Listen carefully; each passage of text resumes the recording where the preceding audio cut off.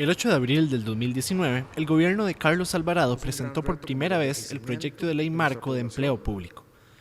A pesar de que fue rechazado en ese momento, el gobierno ha intentado varias veces su aprobación. La última ocasión fue el pasado 14 de diciembre, en las sesiones extraordinarias de la Asamblea Legislativa. ¿Cuáles son los objetivos de este proyecto y por qué el gobierno insiste tanto en aprobarlo? El profesor Mauricio Castro lo resume. En síntesis, lo que se quiere, el Poder Ejecutivo lo que quiere es hacer lo que quiera, cuando quiera, de forma centralizada, sin ningún tipo de control en materia de empleo público, y fundamentalmente lo que quiere es poder congelar y disminuir no solo los volúmenes del empleo público, sino los salarios en el empleo público para los trabajadores viejos y los nuevos. Para los viejos, ¿cómo lo va a hacer? Si no los logra meter en salario escolar, bueno, prohibiendo en su versión más desaforada, si se quiere, la negociación colectiva, como lo plantean estas tesis que no son nuevas, insisto, vienen del siglo XIX, vienen del liberalismo, solo que ahora se llaman neoliberales, ¿verdad? Y si no, vaciando de contenido lo que se puede negociar en las convenciones colectivas de trabajo, ¿verdad? Por ejemplo, con esto que planteaba Liliana, vamos a ponerle un límite a la cesantía, vamos a ponerle un límite a las vacaciones, vamos a ponerle un límite a esto y esto y esto y esto, de forma tal que usted por negociación colectiva, si en el peor de los casos no logramos quitarles la negociación colectiva a los empleados públicos, por lo menos vamos a vaciarle de contenido y vamos a limitar lo que usted puede negociar por medio de la negociación colectiva. Como mencionó el profesor Castro, la negociación colectiva y el sindicalismo se verán fuertemente afectados. La licenciada Liliana Vega nos ofrece una mirada más amplia en este tema. El proyecto persigue un objetivo antisindical.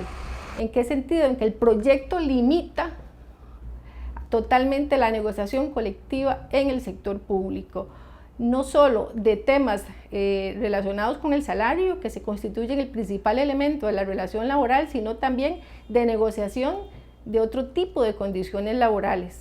Y recientemente en esa línea vimos cómo la propia Procuraduría General de la República emite un criterio cargado de dogmatismos vigentes en la Europa del siglo XIX, de tesis totalmente administrativistas que consideran que los empleados públicos no tienen derechos laborales, que no tienen intereses colectivos, ¿verdad?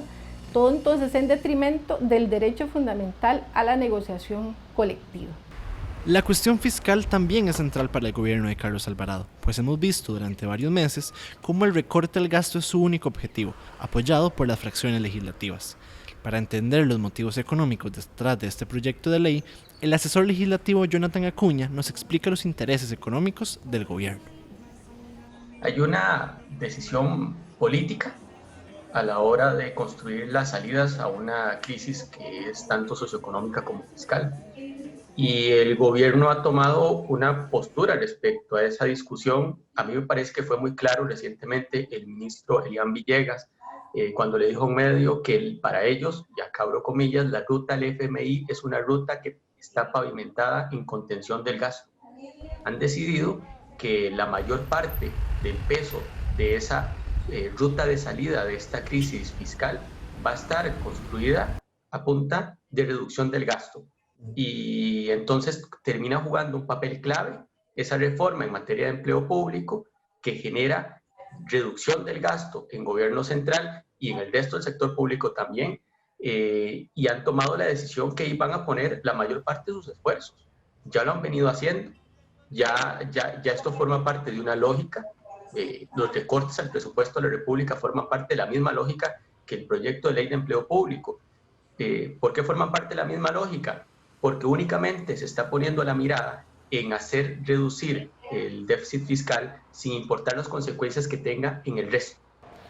Ante estas políticas que amenazan nuestro Estado social de derecho, APSE Sindicato se ha preocupado por denunciar y seguir el proyecto de ley de hace más de 10 años, cuando se discutía por primera vez.